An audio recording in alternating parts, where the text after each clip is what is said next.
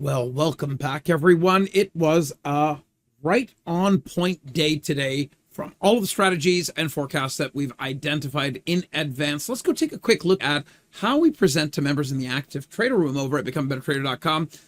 At the beginning of each week, we put out a idea of risk, a direction for the major index, and how that can potentially play out. We know that and that's the magenta and the dotted blue lines. Now, we know that we're in a market where we've had an uptrend pattern in play since November of 2023, but the market really did bottom back in October of 2022. So if we take a look at a channel that goes back to that time, what do we know? The channel is a bell curve of a channel. It's a 2 standard deviation channel. When we're in the very top, we tend to come down to the very bottom. When we're at the very bottom, we tend to come back to the very top, and so on and so forth. Now, obviously, we did have an extended disruption after the AI frenzy cooled off slightly there.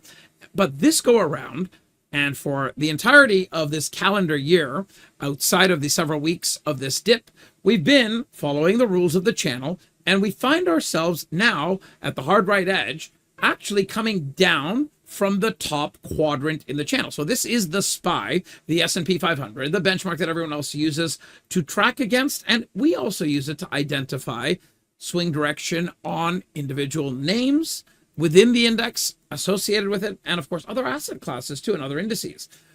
We've put out the magenta flight path as likely with a high probability of, fair to high probability of a flip over to the dotted blue line late in the week. So plan A, magenta, worked fairly well on Tuesday and Wednesday, and these are all put in advance. And here we go for Thursday, pretty much bang on in terms of where we're going to shift to that blue dotted blue line. The question now is, can we actually pull down further? Do we have to get a little pause and a push up? Is the selling done would be the final question. And the answers to those questions can be formulated fairly easily here, where on the left side of the screen, I've got the S&P E-minis.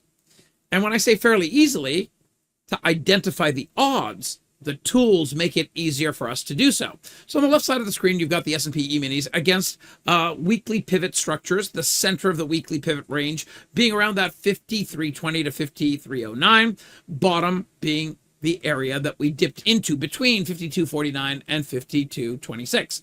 Now, this is something that we called out as a likely outcome well in advance, in fact, into the end of last week. We've now seen it come to fruition, and the question is there more to go? So now we're looking at the S&P E-minis and NASDAQ on the right-hand side, and both in tandem with each other are falling in a sequence with the S&P E-minis leading. So you've got an incremental sell signal, actually several of them in today's candle, a triple S, a Pro RT. Yesterday we had the TRP sell signal, and it remained, and a championship setup. All of this is under the hood of that negative divergence, and we can see clearly a target one in place from yesterday's TRP sell, 51.46. Is the market more likely to come down to that 51.46 area? That would effectively mean $10 further lower in the market. Now, that effectively lines up with that dotted blue line that you just saw on the prior chart, and the answer is there is potential for us to do so. However, there are lots of catchments of support. And my insight to everyone has been in the morning sessions, in the active trader room, and to wealth charters at large, we're likely going to see price action come down to the center of the 2 standard deviation channel. And then very likely pattern suggests attempt a bounce. Now, this is something that I'd kind of timed out for more likely to happen anytime this week, all the way through to the midpoint of June.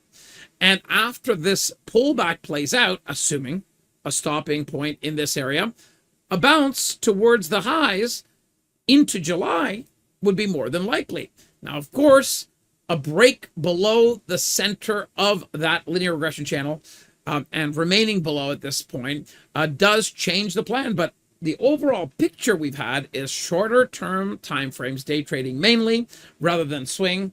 And if it's swing, it's maintaining some bearish positions, like I'm maintaining, for example, a long volatility position.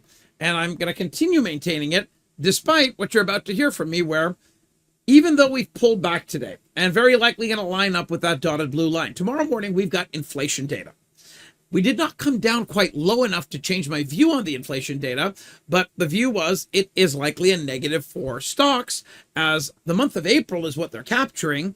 And the month of April had oil prices rise. Yes, they did come back down and effectively settled on the month from start to finish of April at unchanged roughly. So a higher price of oil month to month and intra-month pretty much a pump and dump. That should influence inflation data to the upside, and that in turn has a much higher probability of creating negativity in stocks and a quick bounce on the dollar. Now let's take the tools on the equity index, the leading edge, the future 3 to 6 months. Sometimes when the market's slower, well, we end up getting things like 9 months and sometimes even a little more discounted into now, 9 months in the future. With the market in the state that it's in, I wouldn't go out much more than 3 to 6 months in my own analysis. And I think that we're in a spot where we're going to see a consumer crunch start to be more aggressively priced into the market. Now, that's something that is not necessarily going to help with tomorrow and the move we're in. So let's get back focused on the move we're in and what does this mean for tomorrow? We get some China data tonight. It's manufacturing data. It's not as consequential as the inflation data coming out tomorrow morning at 8:30 Eastern for the U.S. We've seen that the S&P E-minis against a slew of pivot levels is in the bottom of its weekly pivot range. Odds can support a tentative bounce, dead cat bounce, however you may want to think about it. Now, if you think about this marketplace and you're starting to look at it as a marketplace that can give you a bounce that turns into a swing, well, sure, that's something we can consider, but don't forget where we are in the bigger picture channel. We are in that uppermost quadrant, coming down from that uppermost quadrant, making it a much riskier proposition to support a new trend forming directly from here.